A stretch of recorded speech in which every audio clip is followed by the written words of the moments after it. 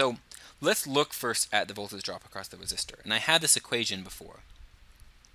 The voltage drop across the resistor, this is little v, is equal to the delta V max across the resistor times sine of 2 pi t f. Now remember, sine is an opposite over adjacent function. So if this is some angle here, then I can show it graphically by noting that I could draw an actual triangle that has that angle, that same angle, and it would just increase in time. So that means it would spin counterclockwise. As t goes up, the angle would go up, so it would go from 45 degrees to 90 degrees and so on. The actual number that comes out of here, by the way, is the angle in radians, by the way. So that's, if you want to, you would actually get something like pi and pi over 2 and that sort of thing. You go pi over 2, 3 pi over 2, 2 pi as it increased, and that would be going around like this as it went from 90 degrees to 180 degrees to 270 degrees to 360 degrees and so on. And if I drew this triangle, here would be the hypotenuse, and here would be the y component, and that's what I'd find. So this formula as an equation can be represented graphically by drawing a triangle with this as the hypotenuse and the voltage drop across the resistor as the vertical component. Now note, I found writing delta V max to be tedious, so I dropped that max and just note on the bottom of this slide saying if I write delta V on these slides, I mean delta V max, not RMS or any other value. So I'll show this equation with this picture. And I'm doing it as a vector roughly, but you can think about this as a triangle if it's easier for you. Now, this is also easy to show you the 90 degrees business that's going on here. So if I look at delta V, the voltage drop across the inductor, I had delta V max. So this is a lowercase v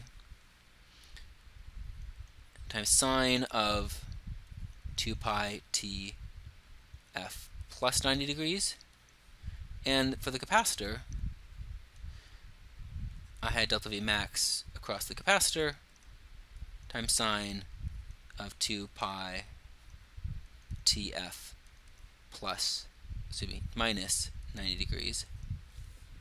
And what that means is that if I had some angle before, which is that 2 pi t delta f, what goes into the sine function is either 90 degrees larger or 90 degrees smaller than it was just for the resistor, because the resistor just had that 2 pi tf bit. So it means I have to add 90 degrees or subtract 90 degrees to get down to the correct angle to plug into the sine function. So that means there's either going to be a 90 degrees here or 90 degrees there that is either 90 degrees more or 90 degrees less than the angle I have at the moment. Okay?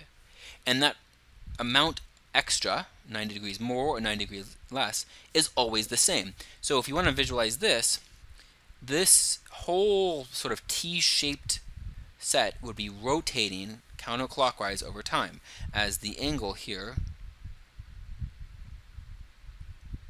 2 pi t f, is the angle that I'm talking about, increased over time because t gets bigger over time. And what we want to do is add up the three y components. But again, I'm going to use these as vectors, and so what I can first do is, instead of finding the y components first, what I can do is add the three vectors and then find the y component. And here's why I'm going to do that. It's easier to actually add these three together first. Now I'll write the voltage drop across the resistor as this vector, and when I add vectors, I move them all tip to tail. What does that mean?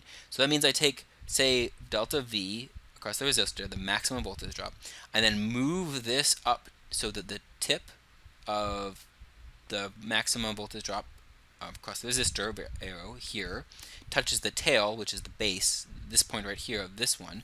So it now goes up and then over. I just shifted this like this up to here. And then I continue that pattern. I now have this vector now up here, and I'm going to take this vector and move it so that the tip of the former arrow touches the base of the new arrow, and it goes back a little bit. So this is just vector addition. Okay, so I've drawn a much better version of it over here, where it goes, they all kind of chain together, and then when you add them all together, so this will give you, this is a new vector. The vertical component here is going to give you the current, the instantaneous voltage drop across RLC. The length of this vector is the maximum across it, which is what we're going to want to find. That'll be the same thing as the supply.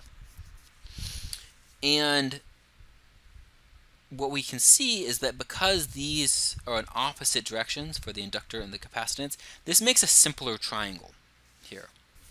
So I can draw that triangle where I've now compressed the two different vectors, and the one for inductor and the capacitor, into a single one that's either going to be down to the right or up and to the left, depending on whether or not it is, which one is larger, the voltage drop across the inductor or capacitor, the maximum values, which one's the larger. And if I called the original angle here, like that, 2 pi t f, and this is the final result, then this is that phi that I have to adjust it by. Being positive would mean it's off to that direction. So like positive 45 degrees would mean off that. Positive 90 degrees would be all the way I'd add, and I'd be over here where the inductor was. Minus 90 degrees would mean I'm down here where the capacitor was, all the way down 90 degrees from there. So this angle here in this triangle is going to be that phase angle, and I'll talk about that again later. But here what I can do is just use Pythagorean theorem, because this is a right angle right there. And if I want to find the maximum voltage drop across the whole thing, then I can get it from the individual parts using Pythagorean theorem. So on one side of this right triangle, I have the maximum voltage drop across the resistor. On the other side, I have the difference of these two. So I find the difference of the maximum values, and then I square it. Okay? So this is actually how you take the maximum voltage drops across each individual together to get the total. Okay, so this is the more equivalent formula for how you use the max, as opposed to the more intuitive one, which is you would just think to add them. You don't, because they're not in sync, but you do use this formula right here. Okay?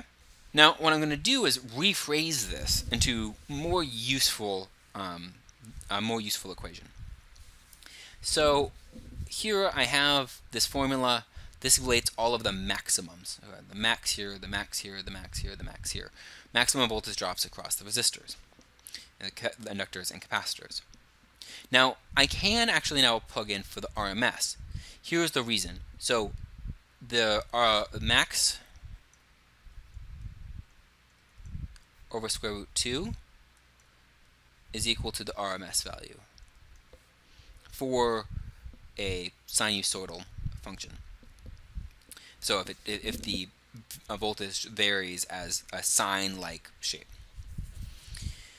So if I plug in, solve for the max and plug in, I get a factor of root 2 here. I can pull that out and then divide over, and basically you have this, you'll end up with this equation here. I won't run through all the arithmetic steps, but you can show for yourself that if you plug in for the max here, you end up getting this equation.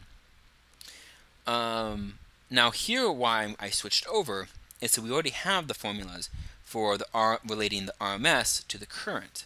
So RMS voltage drops to the RMS current. So we have RMS voltage drop across the resistor is I RMS times the resistance for delta V RMS across the inductor, it's IRMS, the inductive reactance, and then the voltage, the RMS voltage drop across the capacitor is the RMS current times the capacitive inductance, reactance, capacitive reactance. I plug each of these into these spots. I have a common factor of the RMS current. In each of them, I can pull that out to get here. And what I find is that this equals a very similar type of formula where the RMS voltage across now R, L, and C in series is equal to the RMS current times a number which I'll call Z. Okay?